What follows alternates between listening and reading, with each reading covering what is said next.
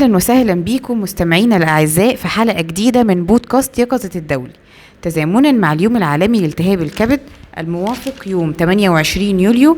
معانا دكتورة فاطمة عطية رئيس اليقظة الدوائية بمستشفى المنصورة الدولي، وحلقة مميزة هناخدكم فيها في رحلة للكبد، هنتعرف على أسراره وهنشوف ازاي ممكن اننا بشوية مسكنات استخدمناها بطريقة غلط ان احنا نأذي اهم عضو في جسمنا.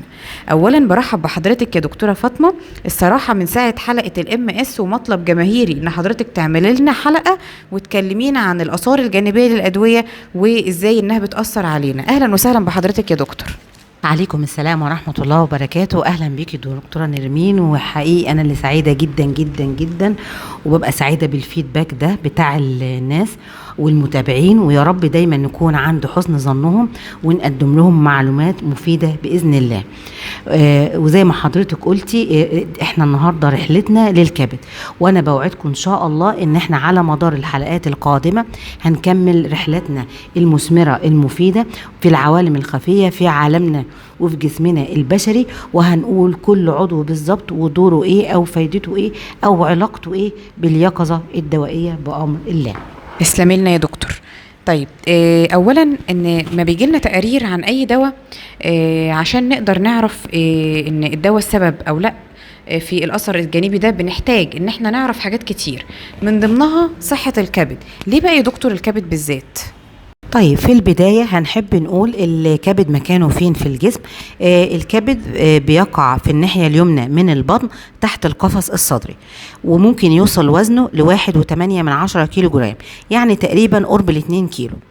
وسبحان الله من هنا رسولنا الكريم عليه أفضل الصلاة والسلام كان بيوصينا بالنوم على الناحية اليمين من جسمنا، على أساس الكبد يبقى زي مخدة للمعدة مش العكس، يعني الكبد هو اللي يشتال المعدة مش المعدة هي اللي تشتال الكبد. طيب عرفنا خلاص مكانه فين. هو بقى أهميته أو فايدته إيه؟ طبعا هو عضو مهم جدا جدا جدا للمساعدة على هضم الطعام، تخليص الجسم من الفضلات، إنتاج عوامل تجلط، واللي بتحافظ على تدفق الدم بشكل سليم، وإن يفضل دايما في بالانس أو توازن ما بين عوامل تكسير الدم أو النسف وما بين عوامل تخثرها أو اللي هي الجلطات، ومن هنا بيبقى دايما صورة مناسبة جدا أو تدفق بشكل سليم وشكل متناسب. طب دوره ايه بقى هنا بالنسبة لي انا في اليقظة الدوائية، او ليه بدور عليه؟ لان هو مسؤول عن تكسير معظم الادوية، واللي نسبة بتصل ل90% من معظم الادوية اللي موجودة في الاسواق واللي احنا بيتم تداولها، وبيحولها لمواد بتدوب في المية حتى يسهل على جسمنا التخلص منها وخروجها عن طريق السوائل المختلفة اللي الجسم بيطلعها، زي مثلا البول.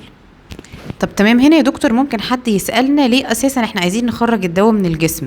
يعني ليه مثلا الجسم ما يفضلش فيه الدواء ويستفاد بيه؟ تمام، جميل جدا. هو فعلا اكيد حد هيسأل ويقول طب ما نسيبه عشان استفيد بيه.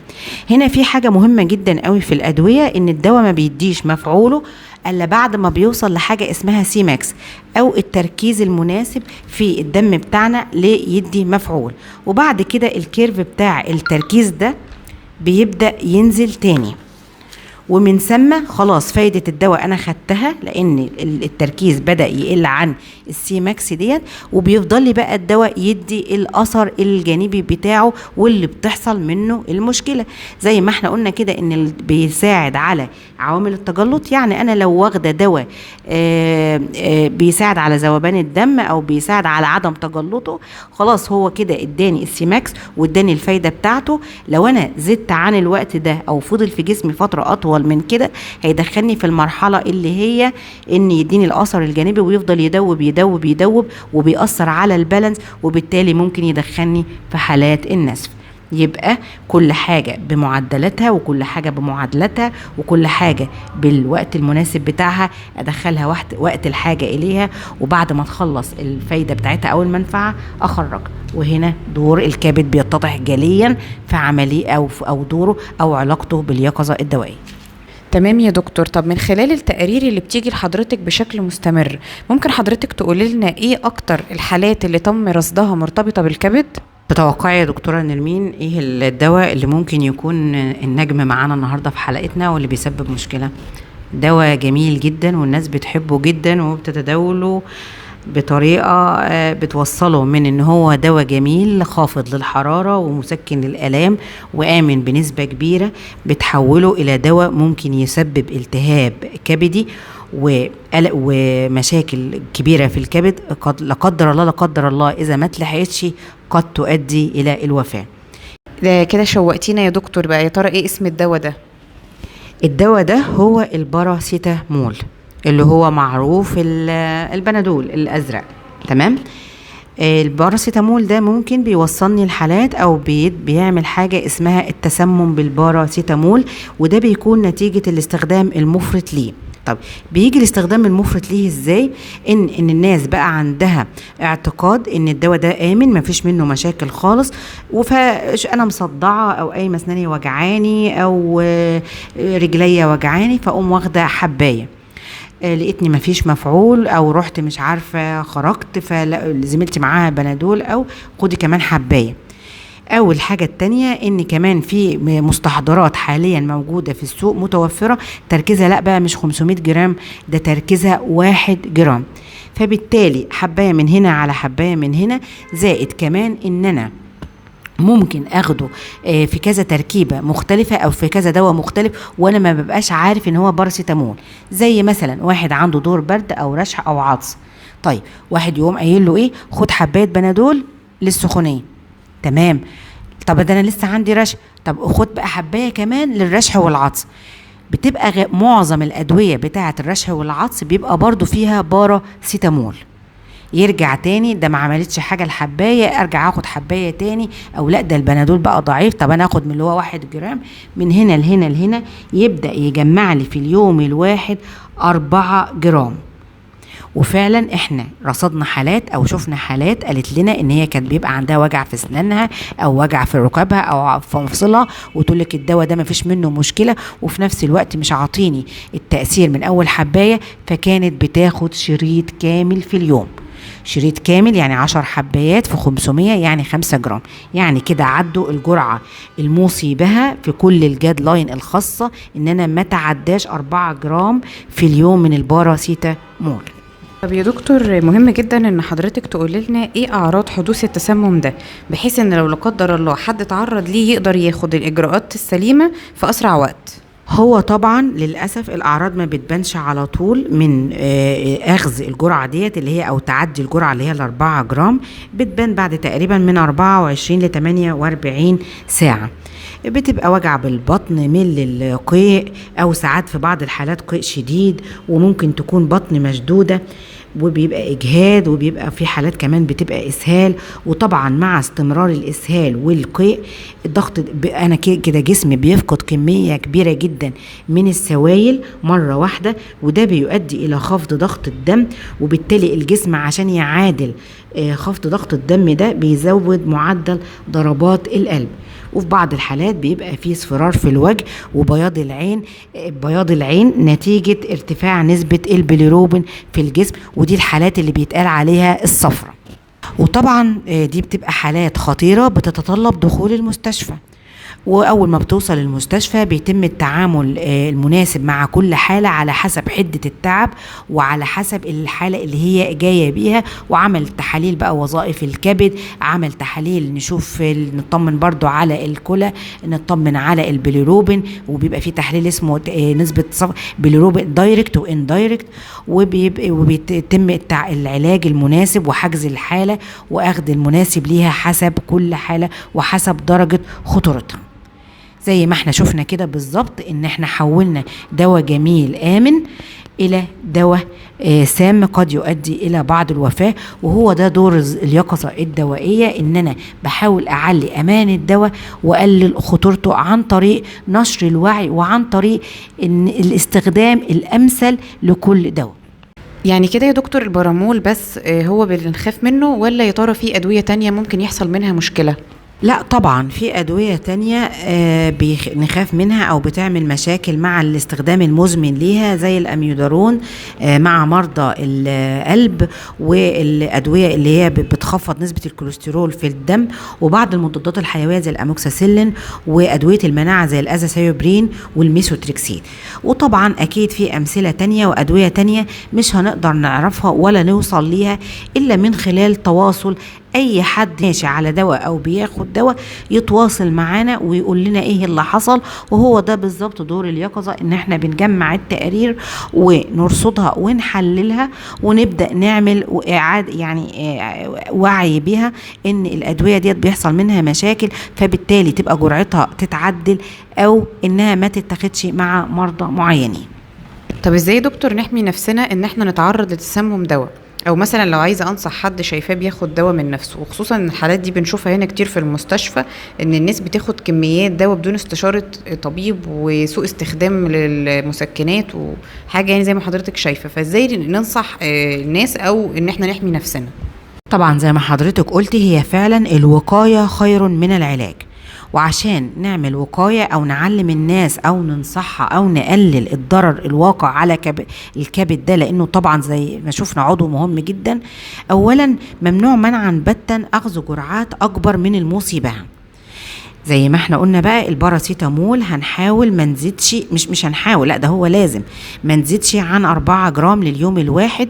وخلي بالي جدا جدا جدا لو انا هدخل لجسمي دواء جديد، ابلغ الدكتور اللي هيكتبه لي او ابلغ الصيدلي اللي هيديني دواء بدون وصفه طبيه، واللي احنا بنقول عليها ادويه الاوتو سي او الاوفر ذا كاونتر، ان انا بعرفه ان انا باخد بنادول او بعرفه ان انا باخد الحبوب الفلانيه، عشان هو يقدر يقول لي الدواء الجديد اللي هيديهولي فيه بارامول ولا لا وباراسيتامول، عشان ما تجاوزش الجرعه المصيبه. الحاجة التانية ان انا بتبع التعليمات الخاصة باي دواء ومتابعته وعمل التحاليل الدورية اللازمة ليه.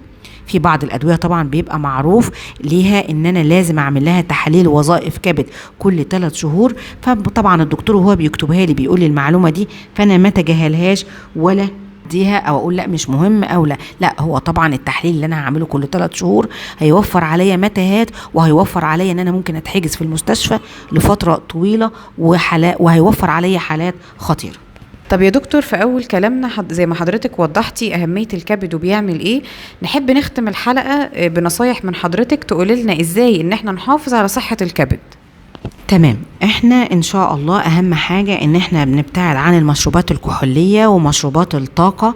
الحاجة التانية ان احنا بنبتعد عن المبيدات الحشرية واللي ممكن توصل لنا بصور مختلفة، زي مثلا رش الفواكه والخضار، وبيبقى هنا لازم ان احنا نغسل الخضار والفاكهة بطريقة جيدة جدا قبل ما ناكلها.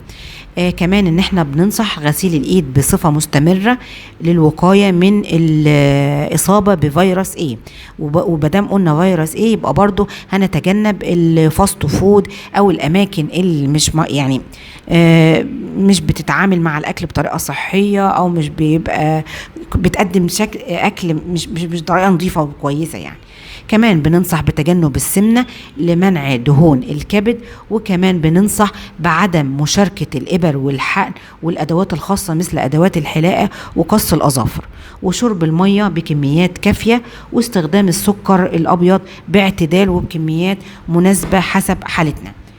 وطبعا انت في الاول قلت يا دكتورة نرمين ان احنا بنحتفل باليوم العالمي للكبد او الالتهاب الكبدي الفيروسي، واللي بيوافق يوم 28/7 من كل عام. عايزين بس ننوه ايه الفكرة او ايه الموضوع، او ليه الناس او ليه منظمة الصحة بتحتفل باليوم ده تحديدا كل سنة. اليوم ده بيوافق ذكرى ميلاد دكتور بورك بولنبرج، وده حائز على جائزة نوبل. طب خد جائزة نوبل ليه؟ لأن ده اللي اكتشف فيروس بي والاختبارات بتاعته للتشخيص، وكمان اللقاح بتاعه. وده بيوصلنا لحاجة مهمة جدا، ان الهدف من اليوم العالمي ده هو نشر الوعي بطرق الوقاية من العدوى بالفيروسات الكبدية، واللي هي انواعها 5، اللي هو فيروس كبدي A و B و C و D و E. طبعا اشهرهم على الاطلاق واخطرهم هو البي والسي.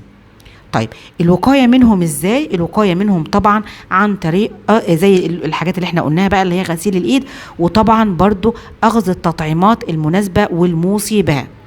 وبرضه هستغل الفرصة هنا وهوجه نداء لكل متابعينا، وان يوصلوا الرسالة لكل حد ان اللي بياخد اي تطعيم وحصل له منه اي مشكلة لازم برضو يتواصل معانا ويعرفنا، لان ده نطاق مهم جدا جدا جدا لعلم اليقظة، هو التطعيمات واي مشاكل او اي اثار جانبية تحصل منها. الحاجة التانية ان لازم المريض اما بيجي المستشفى وواخد اي دواء، لا يا ريت الناس مش هقول تحتفظ بعلب الدواء، بس على الاقل بتحتفظ بالروشتات، او يبقى زي ما احنا قايلين كده بيسجل الادوية بتاعته اللي خدها، على اساس لا قدر الله لا قدر الله لو دخل في الحالة ديت وجالي المستشفى، بيبقى مهم جدا جدا ان هو يبلغ الطبيب اللي هيعالجه هو خد أدوية ولا لا، بحيث ان الطبيب يقدر يعرف بشكل سريع الحالة اللي الكبد فيها ديت هي نتيجة أخذ دواء بطريقة خاطئة، ولا هو التهاب فيروسي، عشان يقدر يتعامل معاه بسرعة، وعشان يقدر يديله النصح اللازم ليه وهو خارج بالسلامة، ويقول له إذا كان من الدواء يبقى لازم ما تاخدش الدواء ده تاني، أو لو دواء مهم جدا يبقى هيعدل جرعاته أو يستخدمه إزاي بطريقة آمنة. وان هنا نوصل لهدفنا الأسمى في اليقظة الدوائية، ألا وهو دواء آمن فعال. بجد يا دكتور شكرا لحضرتك على المعلومات القيمة، وإن شاء الله متابعينا يكونوا استفادوا. شكرا لكل مستمعينا، وانتظرونا في حلقة جديدة من بودكاست يقظة الدولي.